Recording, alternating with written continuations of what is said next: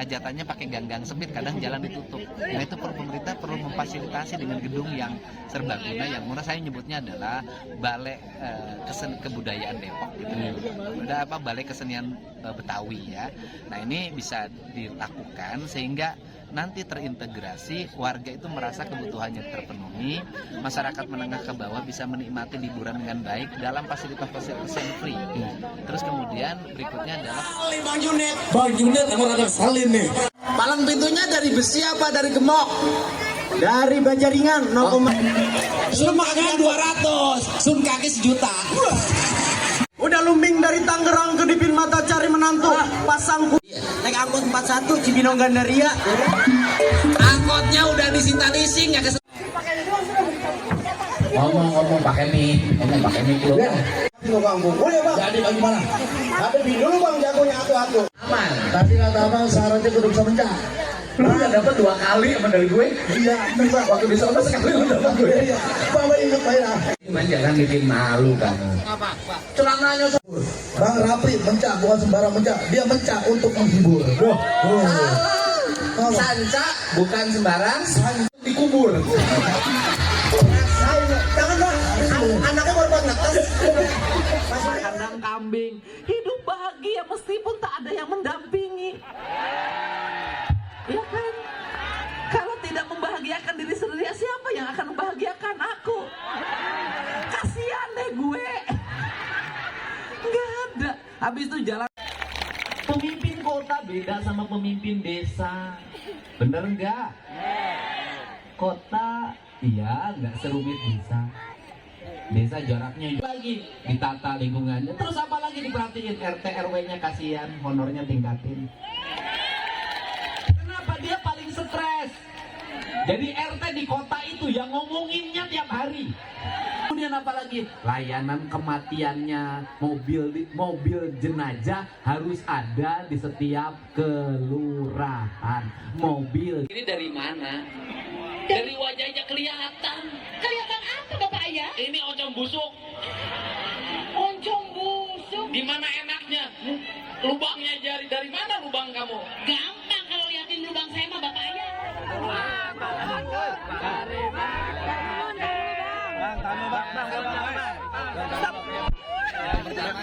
Beberapa waktu yang lalu sebelum indikator mengumumkan hasil survei itu kan ada survei internal dari Pilwalkot Depok yang di situ kemudian menempatkan saya dalam posisi 64% lebih ya.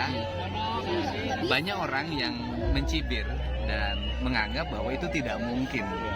Tetapi setelah 2 kali saya datang ke Depok, satu personality saya datang keliling, saya lihat banyak orang dari gang lari keluar, dari dapur-dapur lari kemudian berteriak Kang Didi.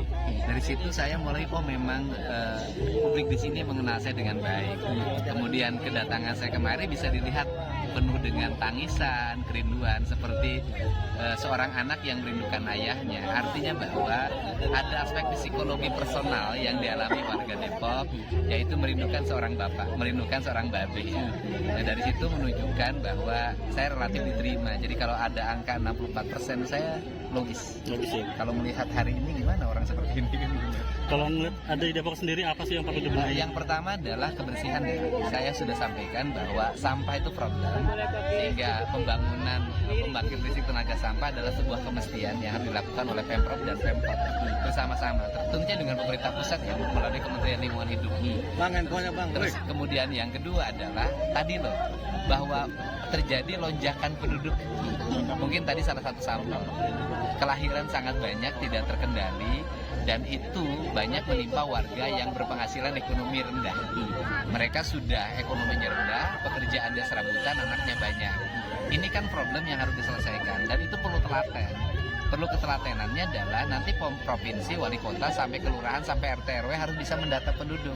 Dan di situ bikin komitmen bagi penduduk yang anaknya sudah berlebihan dan mungkin nambah lagi. Bayangin aja, sudah rumahnya sempit atau kontrakannya sempit, ditambah jumlah anak yang banyak, ditambah lagi pendapatan yang kadang ada, kadang enggak. Sehingga dalam jangka panjang jumlah pengamen akan semakin banyak, peminta-minta akan semakin banyak. Ini problem yang kedua harus selesaikan. Yang ketiga adalah tingkat kebahagiaan warga. Tingkat kebahagiaan warga, saya lihat warga ini kurang mendapat supporting hiburan. Karena hiburan hanya bisa dinikmati oleh orang-orang kaya dalam bentuk liburan. Bisa ke puncak, bisa ke arah teater, saya lihat orang Depok banyak banget itu. Nah, ini diperlukan, kan saya lihat banyak sekali fasilitas air di sini, banyak danau-danau ya. Danau-danau itu bisa dirubah menjadi taman-taman rekreasi warga, dan itu difasilitasi oleh pemerintah. Yang berikutnya adalah ruang ruang terbuka harus ditambah lagi fasilitas jalan. Itu saya lihat jalannya kurang halus kalau untuk ukuran kota ya. Kalau kota itu jalannya harus halus banget. Karena apa? Karena kan mobilnya nggak ada yang beban tinggi.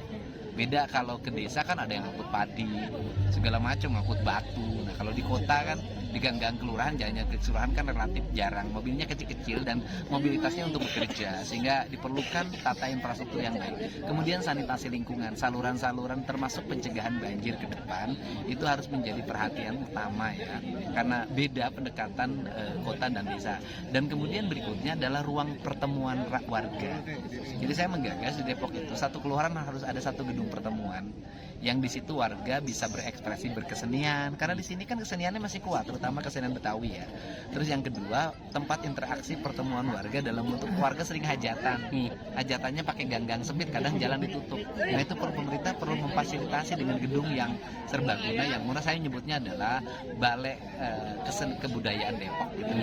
Ada apa, Balai Kesenian Betawi ya. Nah ini bisa dilakukan sehingga nanti terintegrasi, warga itu merasa kebutuhannya terpenuhi, masyarakat menengah ke bawah bisa menikmati liburan dengan baik dalam fasilitas-fasilitas yang free. Terus kemudian berikutnya adalah asupan makanan harus baik ya. Anak-anak perkotaan kan hari ini terjadi perubahan pola makan dari makan rumahan menjadi makan jajanan. Nah ini juga harus dievaluasi sehingga supporting mendapat gizi yang cukup, ditambah program makan bergizi gratis dari pemerintah pusat dan nanti ditunjang oleh pemerintah provinsi dan pemerintah kota bisa terwujud. Ini yang disebut dengan lemur diurus kota ditata. Saya ngerti betul pengelolaan kota, ngerti ya, karena saya dulu juga ngelola Purwakarta. Untuk di perkotaannya saya pakai pendekatan kota, kan sama aja ibu kota kabupaten dengan ibu kota Madiat kan sama sebenarnya. Kang, Bawaslu sendiri meminta untuk tidak memainkan isu sara. Dari Kang Deddy sendiri menanggapi seperti apa, Kang? Saya kan nggak pernah main isu sara. Yang sering main isu sara siapa coba? Ya, yang suka menggunakan isu sara, menurut saya jangan lagi. Apalagi misalnya menggunakan agama sebagai upaya membangun sentimen negatif buat orang lain, kan nggak boleh. Agama tuh nilai-nilai suci. Saya tuh udah ngomong masalah agama itu. Jangankan agama diperdagangkan untuk kepentingan politik perorangan pilkada ya. Tokoh-tokoh agama yang memiliki nilai spiritualitas